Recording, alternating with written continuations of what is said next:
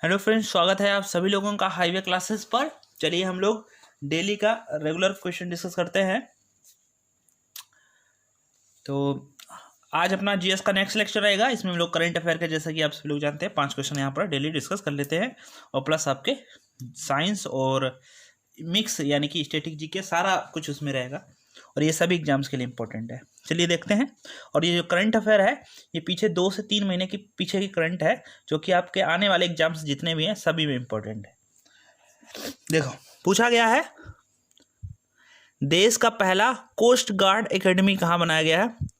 तो coast guard जो अकादमी है, कोस्ट गार्ड आप जानते होंगे, जो तटीय जो है क्षेत्र होता है, तटीय जो क्षेत्र होता है वहाँ पर कोस्ट गार्ड एकेडमी है। तो तटीय को कहते हैं कोस्टल एरिया। आप देखोगे समुद्र जो तटीय क्षेत्र होते हैं कोस्टल एरिया उनको कहते हैं। तो देश का पहला कोस्टीय अकादमी कहाँ बनाया गया है, तो ये कर्नाटक के मंगलोर में बनाया गया है। कहाँ पर?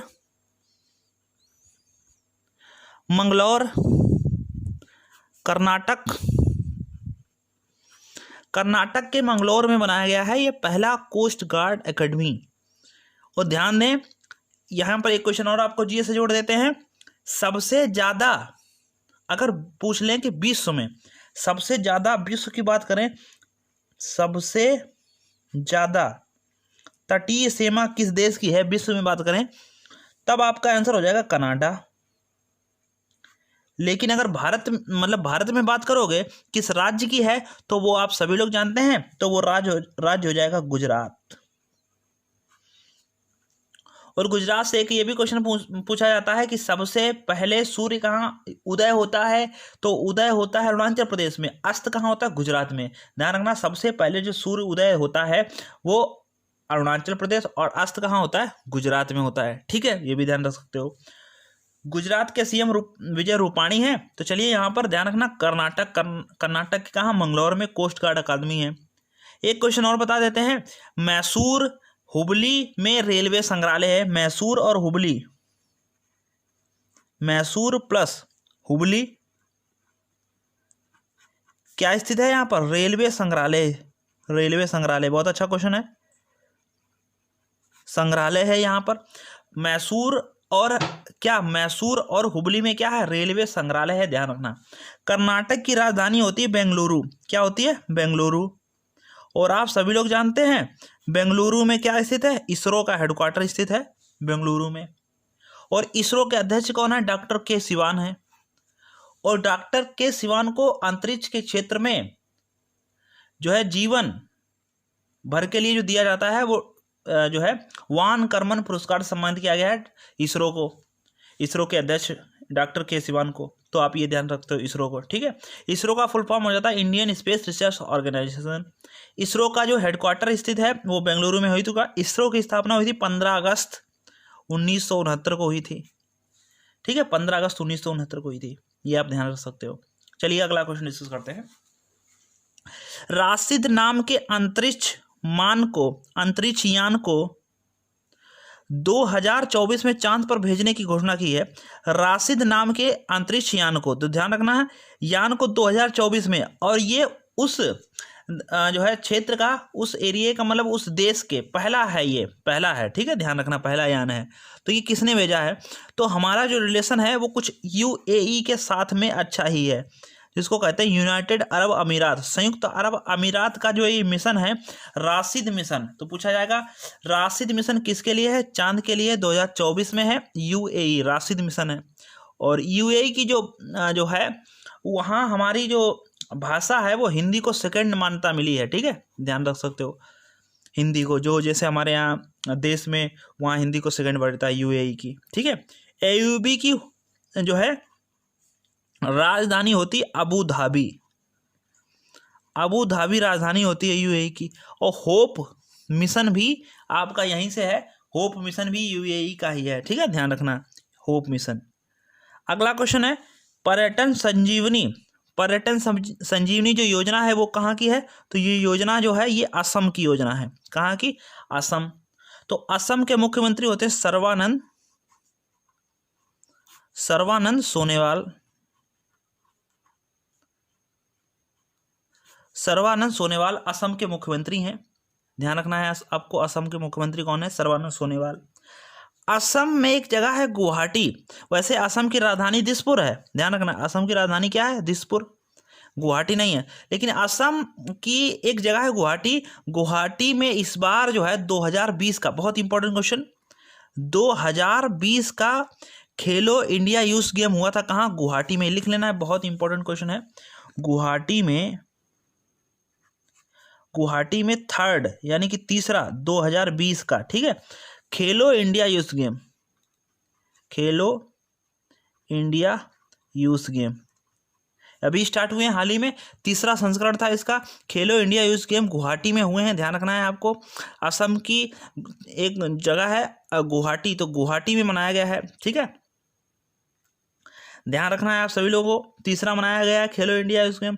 और बता दें, पहला महाराष्ट्र में था और दूसरा दिल्ली में, तीसरा गुवाहाटी में, और चौथा ध्यान रखना, चौथा जो होने वाला है 2021 में, तो फोर्थ ध्यान रखना हरियाणा के पंचकुला में। क्या? हरियाणा के पंचकुला में, ध्यान रखना, ये बहुत इंपॉर्टेंट क्वेश्चन है। हरियाणा के पंचकुला में आपसे पूछा जाएगा 2021 यानी कि चौथे नंबर का जो खेलो इंडिया यूथ गेम है वो कहाँ पर आयोजित होना जो है प्रस्तावित है? तो हरियाणा के पंचकुला में आयोजित होना प्रस्तावित है, ध्यान रखना, हरियाणा के पंचकुला में, ये भी ध्यान रखना है आपको, ठीक है। चलिए, अच्छा, असम में ही एक दो पार्क है, आप उनको भी ध्यान रख सकते हो, काजीरंगा, मानस, डिब्रू साइखोवा। काजीरंगा, मानस, डिब्रू साइखोवा, यहाँ पर ये राष्ट्रीय उद्यान है, ध्यान रखना। कौन से? फिर से सुन लो, काजीरंगा, डिब्रू साइखोवा, मानस, ये तीनों इंपॉर्टेंट, बहुत इंपॉर्टेंट है, आप इनको ध्यान रखना है, ठीक है। चलिए अगला क्वेश्चन डिस्कस करते हैं। पूछा जा रहा है ऑपरेशन दुराचारी एक्शन प्लान कहाँ से है? तो ये यूपी से है, ऑपरेशन दुराचारी, ध्यान रखना है। ऑपरेशन दुराचारी यूपी से है और यूपी की राजधानी लखनऊ। 1916 कांग्रेस अधिवेशन लखनऊ में हुआ था, आपको जरूर याद रखना, ये कई बार पूछा भी जाता है। नरम दन गरम दन एक हुए थे। और यूपी के जो इस समय सीएम है वो आदित्य योगी हैं, गोरखनाथ योगी, आदित्य, सभी लोग जानते हैं। और आपसे पूछा जा सकता है कि सबसे ज़्यादा लोकसभा सीटें कहाँ हैं? तो लोकसभा सीटें सबसे ज़्यादा भारत में उत्तर प्रदेश की हैं 80, और राज्यसभा सीटें हैं लगभग में 31, ठीक है, 31 हैं। तो ये सबसे ज़्यादा सीटें हैं। अगर किसी को मुख्यमंत्री या मतलब प्रधानमंत्री बनना है तो उसे लोकसभा यानी कि जो यूपी से जीतना उसे ज़्यादा हो जाता है संभव। अगर यूपी से जीत रहा है तो वो ज़्यादा संभावना बनती है क्योंकि सीटें ज़्यादा हैं, ठीक है, ध्यान रखना है आपको। अगला क्वेश्चन है कि भाई सौर मिसाइल, और यूपी में एक जगह है, हम आपको बता देते हैं, गोरखपुर, और यहीं से हैं योगी आदित्यनाथ। और गोरखपुर में सीधे गन्ने से सीधे एथेनॉल बनाई जाती है गोरखपुर में, ठीक है, ध्यान रखना है। और पहली ट्रांसजेंडर यूनिवर्सिटी भी यूपी में ही जो है लगाई गई है। ट्रांसजेंडर यानी कि ट्रांस थर्ड जेंडर वालों के लिए एक यूनिवर्सिटी बनाई गई है, वो कहाँ है? वो यूपी में ही स्थित है, ठीक है, ध्यान रखना। अगला है सौर मिसाइल। तो सौर मिसाइल के बारे में आपसे पूछा जाएगा, तो इसको डीआरडीओ ने बनाया है, ये भी ध्यान रखना है आपको। किसने बनाया? डीआरडीओ ने बनाया है। और ये हाइपरसोनिक मिसाइल है। कैसी है? हाइपरसोनिक मिसाइल है, ठीक है, हाइपरसोनिक मिसाइल है। हाइपरसोनिक का मतलब होता है जिसका मैक नंबर 5 से ज़्यादा हो, मतलब ध्वनि की जो 4 से 5 गुना ज़्यादा मैक नंबर, तो इसको कहते हैं, ठीक है। मैक नंबर की कोई यूनिट नहीं होती, ये भी ध्यान रखना। और ये सतह से सतह वार करने वाली है, सतह से सतह वार करने वाली मिसाइल है, जिसको डीआरडीओ में बनाना है। हाइपरसोनिक मिसाइल है, मैक नंबर 5 से ज़्यादा हो तो उसको कहते हैं। तो डीआरडीओ के फुल फॉर्म हो सकती है डिफेंस रिसर्च डेवलपमेंट ऑर्गेनाइजेशन। इसका हेडक्वार्टर दिल्ली में स्थित है और इसके प्रमुख हैं जी सतीश रेड्डी। हेडक्वार्टर नई दिल्ली, स्थापना 1958 में हुई थी, ठीक है। तो ये थे आपके करंट अफेयर के क्वेश्चन, उम्मीद है आपको जरूर पसंद आए होंगे। और अब हम लोग डिस्कस करेंगे अपने साइंस के क्वेश्चन। तो चलिए साइंस के क्वेश्चन हम लोग डिस्कस करते हैं। चलिए देखते हैं साइंस के क्वेश्चन। हम लोग जो है 1460 तक क्वेश्चन डिस्कस कर चुके थे, अब उसके आगे से क्वेश्चन डिस्कस करेंगे और देखते हैं। अगला क्वेश्चन 1461 से, कहा गया है रक्त एक डैश ऊतक है, तो रक्त एक संयोजी ऊतक है। कैसा ऊतक है? संयोजी। तो ऑप्शन नंबर डी बिल्कुल राइट हो जाएगा। रक्त के बारे में हर एक सेट में क्वेश्चन है, आप देख रहे होंगे हर एक सेट में क्वेश्चन है जो आपके अपकमिंग एग्जाम से आरआरबी ग्रुप डी। तो ध्यान रखना रक्त के बारे में, हमको जो रक्त वाला चैप्टर है उसको पढ़ के जाना है अच्छे से, जिससे कि आपका क्वेश्चन जो है छूट ना जाए। तो रक्त एक कैसा ऊतक है? संयोजी ऊतक है, ये आप ध्यान रखना है आपको। साथ साथ में इसके हर सेट में क्वेश्चन है, तो आप देखते होंगे जब एक और क्वेश्चन आएगा यहाँ पर कहीं पर होगा। और जो ऊतक होते हैं वो हमारे 3 प्रकार के होते हैं, वास्तविक संयोजी ऊतक, कंकाल ऊतक और तरल ऊतक, ठीक है। और तरल ऊतक को ही संवहन ऊतक कहते हैं। तरल ऊतक को ही क्या कहते हैं? संवहन ऊतक। और आप जानते हो रक्त कैसा तरल है, तो हम लोग कह सकते हैं सीधे सीधे रक्त जो है संवहन ऊतक है। रक्त को कैसे? रक्त को हम लोग क्या कह सकते हैं? संवहन ऊतक। संवहन ऊतक क्यों? क्योंकि तरल ऊतक को जो है तरल ऊतक को हम संवहन ऊतक कह सकते हैं, तो रक्त को सीधे संवहन ऊतक कह सकते हैं, ध्यान रखना है। और हिस्टोलॉजी में ऊतकों का अध्ययन करते हैं। किसको? हिस्टोलॉजी। यहाँ पर लिख देते हैं कहीं पे, हिस्टोलॉजी लगा लेना आप। हिस्टोलॉजी में क्या करते हैं? ऊतकों का अध्ययन करते हैं, ये आप लिख लो कहीं पर, ठीक है। और जो ऊतक शब्द का सबसे प्रथम बार जो प्रयोग किया था वो विंचट ने किया था।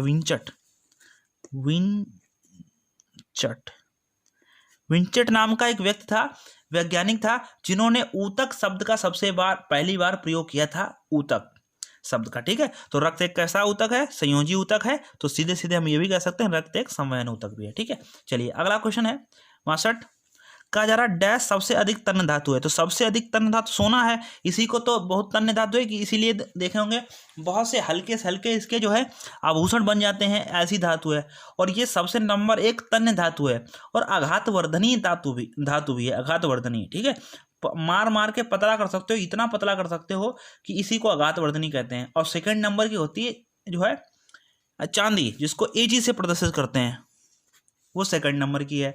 ये फर्स्ट नंबर की है, जिसका सोना इसको कहते हैं, एयू से इसको प्रदर्शित करते हैं, ध्यान रखना है आपको, ठीक है। इसका लैटिन नाम जो है अनरम है, ठीक है। चलिए और ठीक है, अगला क्वेश्चन है, एक मेंडेलियन परीक्षण में बैंगनी फूलों की लंबी मटर के पौधे और सफेद फूलों की छोटी फूलों के प्रयोग प्रजनन हेतु किया गया। इनकी संतति के सभी फूलों का रंग बैंगनी था, परंतु लगभग आधे पौधों का कद छोटा था। इससे यह पता चलता है कि लंबे पौधों को आनुवांशिक रचना निम्नलिखित मुझसे दर्शाई जाती है। तो ये हो जाएगा, ये एक फैक्टर होते हैं, ये आप हाई स्कूल में पढ़ते हो। ये देखो, इसको आप हाई स्कूल में पढ़ते हो, तो यहाँ हाई स्कूल में एक चैप्टर है बिल्कुल इसी हिसाब से, बस सीधे से आपको इसको पढ़ना है। अगर नहीं आता है तो छोड़ भी देना है, क्योंकि साइंस के 25 क्वेश्चन आएंगे, 1-2 तो पक्का आपको नहीं आते होंगे। अगर 20 भी आते होंगे तो भी आपकी शाबाशी ही रहेगी, ठीक है। आपको जो है मैथ्स में कितने करने हैं? मैथ अगर 25 की आएगी तो 22-23 करना है। रीजनिंग अगर 30 की आएगी तो 25 से नीचे तो जाना ही नहीं है। साइंस 20 से नीचे नहीं जाना है। बाकी करंट अफेयर और जीएस वो सब आएगा, उसमें 20 से 10 से नीचे नहीं जाना। अगर आप इतना कर लेंगे तो भी कोई दिक्कत वाली बात नहीं है, ठीक है।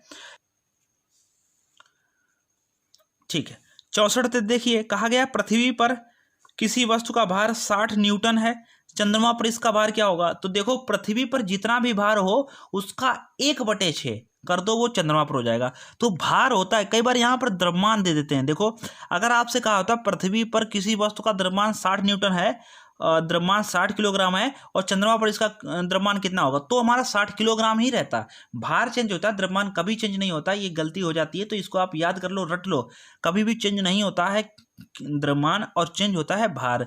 तो भार देखना, भार क्या है, यहाँ 60 न्यूटन है, और पृथ्वी पर 60 न्यूटन है, चंद्रमा पर इसका 1/6 कर दो। तो भाई 60 का 1/6 करना, 6 से 6 कट जाएगा, आएगा 10 न्यूटन। इसका राइट मतलब सी आंसर हो जाएगा, 10 न्यूटन इसका राइट आंसर। बस इतना आपको ध्यान रखना है।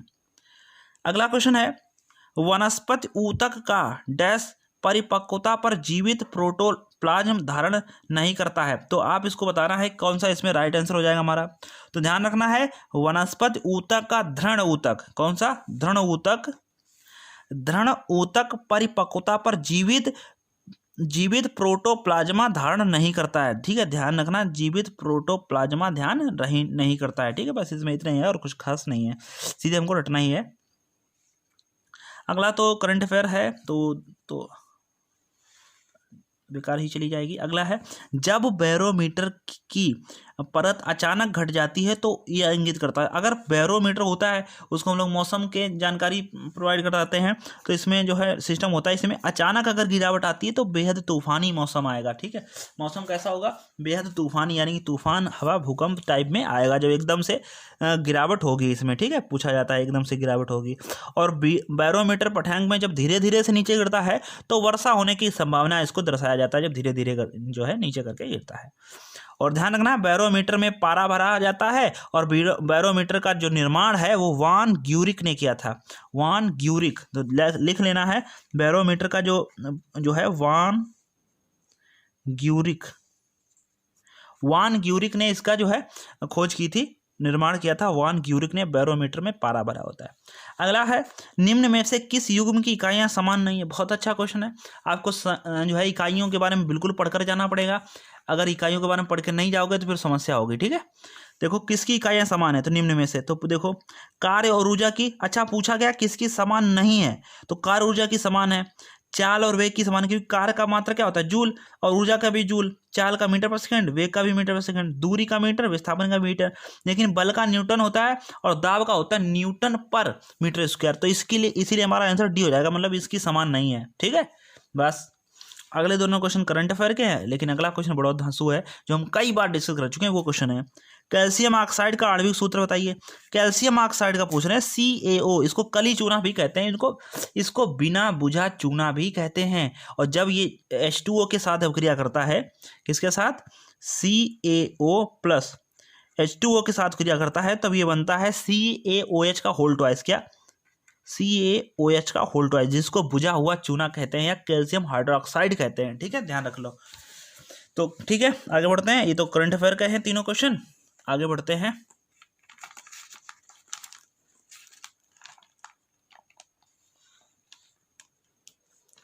ठीक है, अगला पूछा जा रहा है, इनमें से किस वस्तु के पास गतिज ऊर्जा नहीं है?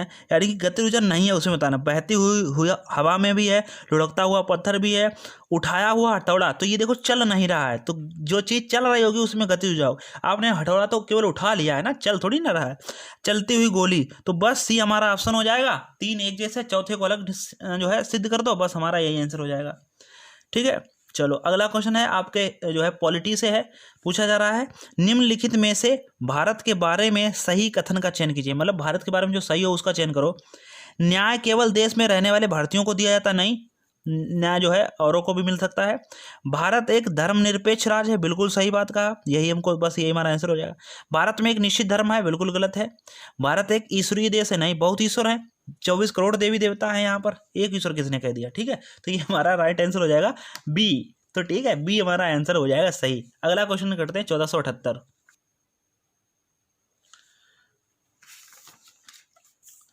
तो देखो पूछा जा रहा है कि नोबेल पुरस्कार जीतने वाले पहले भारतीय कौन से? तो रविंद्रनाथ टैगोर थे, जिन्होंने 1913 में नोबेल पुरस्कार, ये भारत के ही नहीं एशिया के पहले व्यक्ति थे। 1913 में इनको नोबेल पुरस्कार मिला था गीतांजलि के लिए। किसके लिए? गीतांजलि के लिए नोबेल पुरस्कार मिला था 1913 ईस्वी में। ये जरूर ध्यान रखना।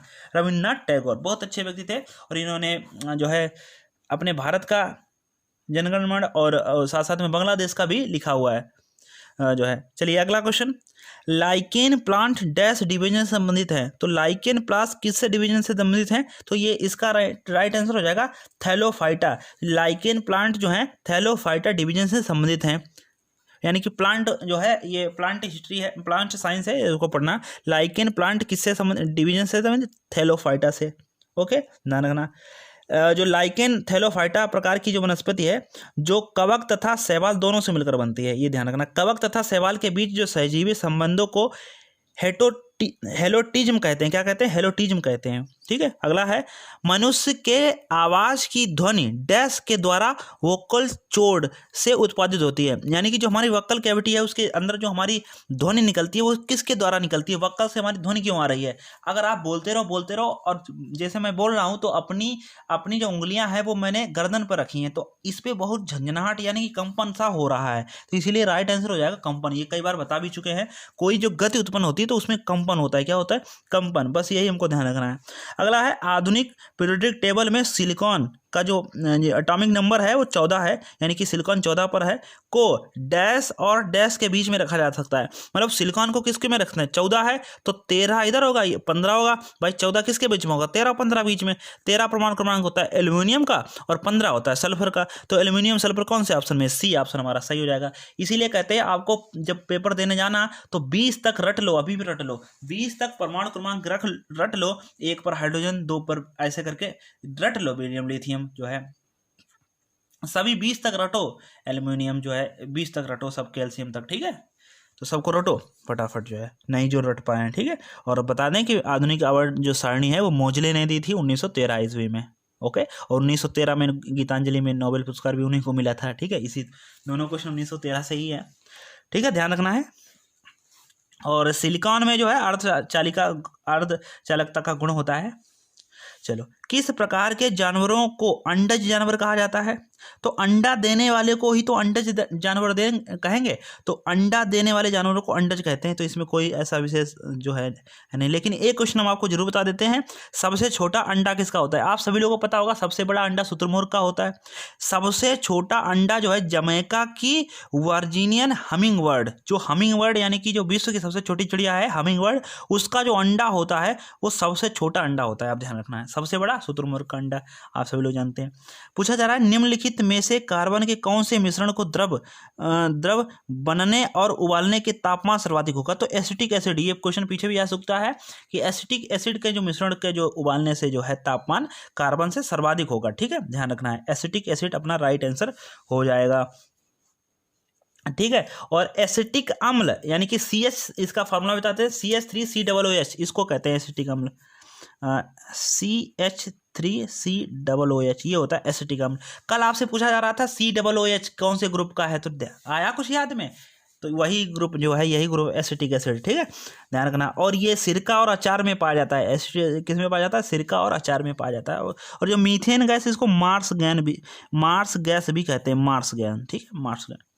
चलो, एथेनॉल, ये जो ऑप्शन है इथेनॉल, तो अभी हमने करंट अफेयर में क्वेश्चन आपको पढ़ाया था, गन्ने से सीधे एथेनॉल कहाँ बनाया जा रहा है, गोरखपुर में बनाया जा रहा है, यूपी के गोरखपुर में, ठीक है। अगला है हृदय मांसपेशियां होती हैं, तो हृदय मांसपेशियां कैसी होती हैं, आप बताओ, हृदय मांसपेशियां कैसी होती है, तो ध्यान रखना, हृदय मांसपेशियां होती हैं बेलनाकार, सांखित और एकल नाभिक होती हैं, बस इतना आप ध्यान रखो, हृदय मांसपेशियां बेलनाकार, सांखित और एकल नाभिक होती हैं, ओके। अगला क्वेश्चन डिस्कस करते हैं। कहा जा रहा है, बहुत अच्छा क्वेश्चन आ चुका है, 2 किलोग्राम की एक पिस्तौल से 150 मीटर प्रति सेकंड के वेग के साथ एक 25 ग्राम की एक गोली क्षैतिज रूप में चलाई जाती है, पिस्तौल को प्रतिच्छेदित करने में कितना वेग लगेगा। तो देखते होंगे जब कोई व्यक्ति गोली चलाता है तो एक बंदूक जो होती है, जो पिस्तौल होती है, वो खुद पीछे को उतना ही बल लगाती है जितनी वो तेज आगे से भागना चाहती है। तो इसीलिए आपको कहा जा रहा है, इसमें एक हमसे फार्मूला लगता है, वो फार्मूला अगर हम आपको बता दें तो हो सकता है आप जो है इसको कैंसर क्वेश्चन कर लें। द्रव्यमान संरक्षण के नियम से द्रव्यमान ना तो उत्पन्न होता है ना तो नष्ट हो सकता है, या ऊर्जा संरक्षण के नियम से जितनी ऊर्जा है वो उतनी बनी ही रहती है, वो एक दूसरे से ट्रांसफर हो जाती है। ध्यान रखना है कि जितनी तेज से गोली इसमें निकलेगी उतनी तेज से पीछे धक्का भी लगेगा, यानी कि दोनों का जो संतुलन है वो बराबर रहना चाहिए। बस अब आपको क्या करना है, सिंपल से बता देते हैं। एक बंदूक रहती है हमारे पास, एक बंदूक मान लीजिए जो इसमें ये गोली चल रही है और इसकी गोली है, तो गोली का कुछ द्रव्यमान होगा और प्लस इसकी चाल होगी, और इसका जो है बंदूक का द्रव्यमान होगा और प्लस बंदूक की पीछे की ओर चाल पूछी जा रही है। तो इसके लिए आपको सिंपल से करना होगा ऐसे, दरअसल ये माइनस में होता है, यम वी जो है दोनों का योग यम वी बराबर होता है 0, मतलब दोनों का द्रव्यमान संरक्षण के नियम से दोनों का ये बिल्कुल नियत रहेगा, जितनी तेज से वो आगे जाएगा उतनी तेज से पीछे लगाएगा, इसीलिए इधर जाता है तो माइनस का हो जाता है, माइनस का यम वी। तो सबका मान रख देते हैं, तो ये बड़े कैपिटल वाले यम जो है और कैपिटल वाली वी जो है, ये कैपिटल वी मान लो, ये कैपिटल यम मान लो, इसको बंदूक से रिप्रेजेंट कर लो और इसको उससे कर लो, तो कैपिटल यम को चलो। तो यहाँ पर देखना, कैपिटल यहीं पर रख लेते हैं, कैपिटल यम और कैपिटल वी ये बंदूक का है, और छोटा एम और छोटी वी ये माइनस में रहेगा, तो उसे कोई दिक्कत नहीं, बस हमारा आंसर आ जाएगा। तो देखो भाई, पीछे को बल लगेगा तो माइनस का ही तो होगा। तो देखो 2 किलोग्राम की एक पिस्तल है, यानी कि पिस्तल को हम लोग यम से माने थे, तो चलो यहीं पर रख लेते हैं, उसमें कहाँ पीछे को, तो 2 किलोग्राम की पिस्तल है तो 2 kg यहाँ पर लिख देंगे, 2 kg ना लिखो, केवल 2 लिख लो, 2 अरे फिर केजी आ गया, तो 2 लिख लो गुणे में। अब जितना इसका चाल है पिस्टल का, और पिस्टल का चाल हमसे पूछा गया इसलिए इसको v मान लो, ठीक है। अब आगे भी पढ़ लो क्वेश्चन। कहा गया 2 किलोग्राम की एक पिस्टल 150 मीटर पर सेकेंड वेग के साथ, किलोग्राम की एक पिस्टल से 150 मीटर पर सेकेंड के वेग के साथ एक 25 ग्राम की गोली क्षैतिज रूप से निकलती है। यानी कि एक गोली जो है वो कैसे निकल रही है, 150 मीटर पर सेकेंड से, और 25 ग्राम की है, क्षैतिज रूप से। पिस्तौल का प्रतिचित वेग कितना होगा, यानी कि पिस्तौल का वेग पूछ रहे हैं। तो देखो ये 2 किलोग्राम है, और ये देखो इधर 25 ग्राम की गोली है, और चाल है 150 मीटर पर सेकंड। देखो ये ग्राम में है, ये किलोग्राम में, अन्याय हो जाएगा। तो किलोग्राम को ग्राम में बदल लो। 2 किलोग्राम को 2000 ग्राम लिख लो, और इंटू में v बराबर 25 गुणे में 150। 25 से काट दो, 25 अट्ठे भाई साहब 200 होता है, और ये 0 0 काट देंगे, तो v बराबर आएगा हमारा 15/8। और जब हम लोग भाग करेंगे तो 8 एकम 8 बच गए 7, लगा दिया दशमलव, हो गए 70। तो 8 अट्ठे 64, 1.8 करके कुछ वैल्यू आएगी। तो देख लीजिए 1.8 कौन सी वैल्यू है, ए ऑप्शन है। माइनस में तो आएगा, पीछे का बैग लग रहा है, तो -1.87। बिल्कुल सिंपल तरीके से बता दिया, पीछे कोई बैकग्राउंड हमने नहीं बताया, बस एमबी बराबर एमबी बता दिया। अब एमबी क्या है, कोई भारी वजन वाली चीज़ को आप बड़े बड़े से मान लो, और छोटी वाली चीज़ों को छोटे छोटे से मान लो, बराबर कर लो। और यहाँ पर माइनस तो आएगा, क्योंकि वो लोग जो है एक नियत चीज़ बनाएंगे, ठीक है, समझ गए होंगे। चलिए अगला क्वेश्चन डिस्कस करते हैं। ऑक्सीजन की अनुपस्थिति में सबस्ट्रेट के पूर्ण विघटन को क्या कहते हैं, तो अनाक्सी शोषण कहते हैं। क्या कहते हैं, अनाक्सी शोषण कहते हैं। ऑक्सीजन की अनुपस्थिति में सबस्ट्रेट के पूर्ण विघटन को अनाक्सी शोषण कहते हैं, ध्यान रखना है आपको, यहाँ पर अनाक्सी शोषण हो जाएगा। क्रिकेट माई स्टाइल पुस्तक के लेखक, तो क्रिकेट माई स्टाइल यानी कि क्रिकेट मेरा स्टाइल है, तो ये इस पुस्तक के लेखक कौन है, तो क्रिकेट माई स्टाइल पुस्तक के लेखक है कपिल देव। कौन, कपिल देव हैं इसके जो है राइटर। और एक है माई सनी डे की पुस्तक के लेखक हैं सुनील गावस्कर। तो ये सुनील गावस्कर हैं, इनकी भी पुस्तक है माई सनी डे, लिख सकते हैं आप। और एक है स्ट्रेट फ्रॉम हार्ट, यानी कि स्ट्रेट फ्रॉम हार्ट पुस्तक के लेखक हैं कौन है, ये भी कपिल देव ही हैं। स्ट्रेट फ्रॉम हार्ट के लेखक हैं वो भी कपिल देव हैं। क्रिकेट माई स्टाइल वो भी कपिल देव हैं, ठीक है, ध्यान रखना है। तो ये 87। अगला क्वेश्चन है करंट अफेयर से। 88 भी जो है करंट है। तो 89, हवा के दबाव को आप क्या कहेंगे, तो हवा के दबाव को आप वायुमंडलीय दाब कहेंगे। भाई हवा के दबाव को क्या कहेंगे, ऑप्शन देख लीजिए, तापमान थोड़ी कहते हो, वाष्पीकरण तो नहीं कहेंगे, हवा के दाब को वायुमंडलीय दाब कहेंगे। सिंपल सी बात हो गई, इसमें कोई दिक्कत वाली बात नहीं है। लेकिन 1-2 क्वेश्चन चलो यहाँ पर आपको बता देते हैं। पूछा जाएगा वायुमंडल में सबसे ज़्यादा कौन सी गैस पाई जाती है, तो ध्यान रखना वायुमंडल में जो है नाइट्रोजन पाई जाती है 78%, ठीक है। हाँ, और अगर पूछा जाए आपके वातावरण में कौन सी गैस है, तो वो ऑक्सीजन है। और आपसे भूपर्पट्टी पर पूछे तो वो सिलिका है। लेकिन ब्रह्मांड में पूछे कौन सी, तो वो हाइड्रोजन गैस है, ठीक है। सबके आंसर अलग अलग हैं। चलिए अगला है क्वेश्चन 90 नंबर। एंजिल जलप्रपात कहाँ स्थित है, तो एंजिल जलप्रपात विश्व का सबसे हैवी है, तो वेनेजुएला में है स्थित। कहाँ है, वेनेजुएला में स्थित है, ध्यान रखना है। एंजिल जलप्रपात वेनेजुएला में स्थित है। और एंजिल जलप्रपात जो है कैरो नदी पर स्थित है। कौन सी नदी पर,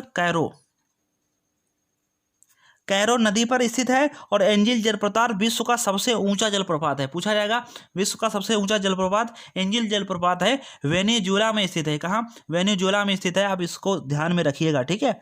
भारत का सबसे ऊंचा जलप्रपात कौन है, जोग जलप्रपात है। कहाँ, जोग जलप्रपात, जिसको गरसोप्पा भी कहते हैं, और महात्मा गांधी जलप्रपात भी इसी को कहते हैं, और यह शरावती नदी पर स्थित है।